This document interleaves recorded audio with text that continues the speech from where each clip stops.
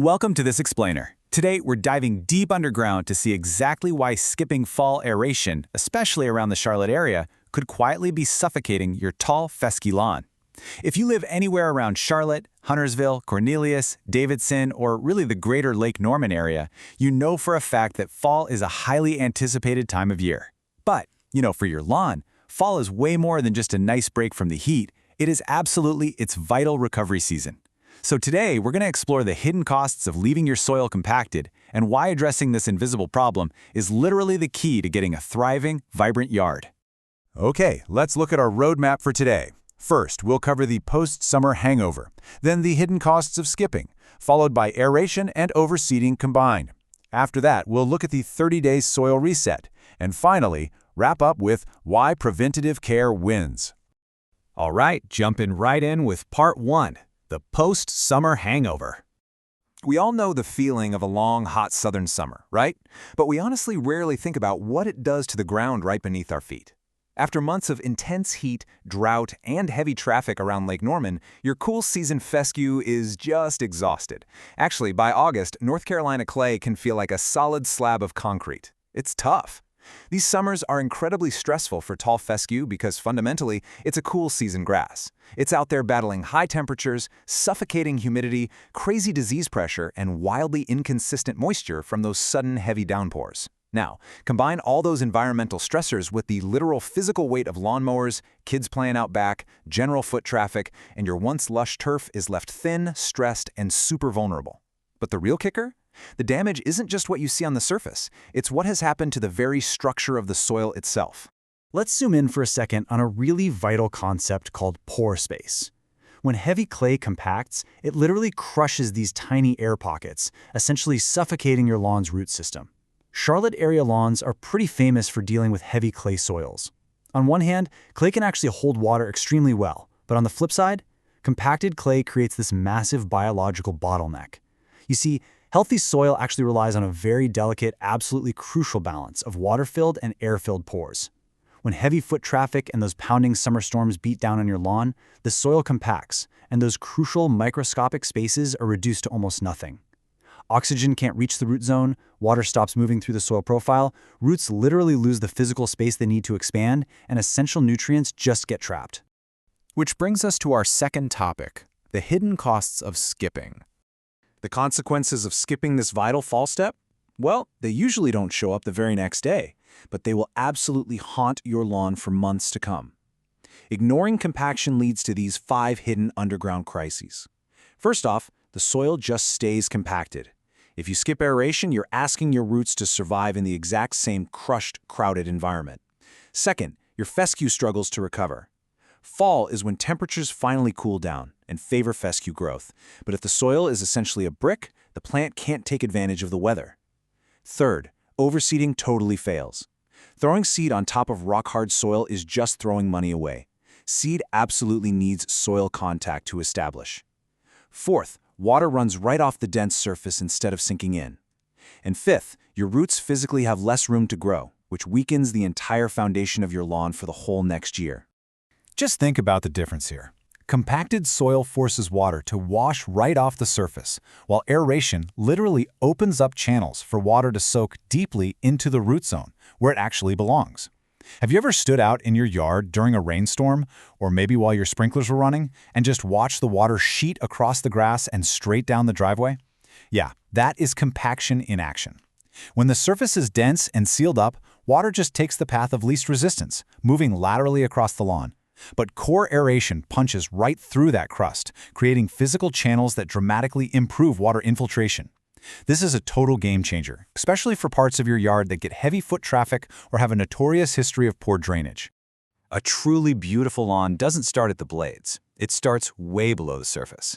As a fundamental rule, grass roots need access to 4 things: water, oxygen, nutrients, and the literal physical space to stretch out and grab them. Compacted soil limits every single one of those 4 things. Now, core aeration isn't magic, and no, it won't fix every single turf disease out there, but it directly solves the most critical physical limitation your lawn is facing. By opening up the soil, you give your root systems the pathways they desperately need to grow incredibly strong. And honestly, a strong root system is their absolute best defense against future environmental stress. Moving right along to Section 3, Aeration and Overseeding combined. Fortunately, fall brings cooler temperatures that favor fescue growth, making it literally the perfect time for a rescue mission. Let's look at how these two steps build on each other. Aeration first opens up the physical environment, giving the new seeds dropped during overseeding that essential seed-to-soil contact they really need to establish. A lot of homeowners try to improve their turf's density after a grueling summer just by overseeding. But again, tossing seed onto a compacted surface is a total recipe for failure. Core aeration changes the game entirely. Step 1 physically removes those small plugs of soil, creating thousands of tiny openings throughout the lawn. Then Step 2 introduces the new seed. Instead of just sitting helplessly on top of hard turf, that seed works its way down into those newly created holes. It's safe from getting washed away, it's surrounded by consistent moisture, and, most importantly, it's physically touching the soil.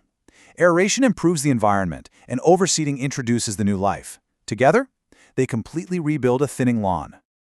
Let's dive in to Section 4, the 30-day soil reset. Instead of heading into fall suffocating, this 1-2 punch gives your lawn an immediate biological reset. Follow this 30-day timeline with me here. Almost immediately, air and water flow improves. It's actually amazing how quickly nature responds. In week 1, those new pathways instantly increase connectivity between the surface and the deep root zone. It's basically like the soil has taken a massive deep breath after holding it for months. By week 2, as growing conditions improve, the existing roots aggressively explore these newly opened channels, while the new fescue seeds start establishing in and around the holes. Moving into weeks 3 and 4, those messy soil plugs you saw scattered on top of the lawn, they begin to break apart. Thanks to microbial activity, they decompose, returning valuable organic matter and nutrients right back into the soil, while the holes just naturally settle and close up. The real benefit isn't what you see the day after the service, it's this powerful, unseen foundation forming beyond those initial 30 days. And finally, Section 5, Why Preventative Care Wins. Now, I know some of you might be looking out your window right now thinking, but my lawn looks fine. Do I really need aeration? It's a super common question. But waiting until your turf is visibly struggling in the spring means you've completely missed the critical window for fall recovery. A lawn really doesn't have to look terrible to benefit from aeration. In fact, reacting to a dying lawn is always harder, way more expensive, and just more frustrating than simply maintaining a healthy one in the first place. If your lawn checks any of these boxes, especially heavy clay or high traffic, preventative aeration is your ultimate secret weapon to avoid major headaches down the road. Let's think about it. Does your yard have heavy clay soil? Do your kids or pets give it high foot traffic? Are you noticing thin patches or maybe areas where water pools up after a rainstorm? Maybe you have a heavy layer of thatch, or you just know your lawn barely survived the summer stress. If you need fall overseeding, this is absolutely a non-negotiable step. Preventative aeration is fundamentally more valuable than waiting until your compaction becomes a severe crisis. If your lawn has survived a particularly stressful North Carolina summer, fall is your best and honestly your only time to properly evaluate and rescue its root environment. What you should really take away from this explainer is that fall is your only real opportunity to repair that underground environment while temperatures moderate, allowing the plant to redirect its energy toward root development. One of the biggest mistakes we see homeowners make is waiting until the beautiful spring weather arrives to address their lawn problems. By then, it's too late. The issues you see in the spring are almost always problems that should have been corrected the previous fall. Because tall fescue thrives in cooler weather, fall is its absolute prime time for recovery and establishment.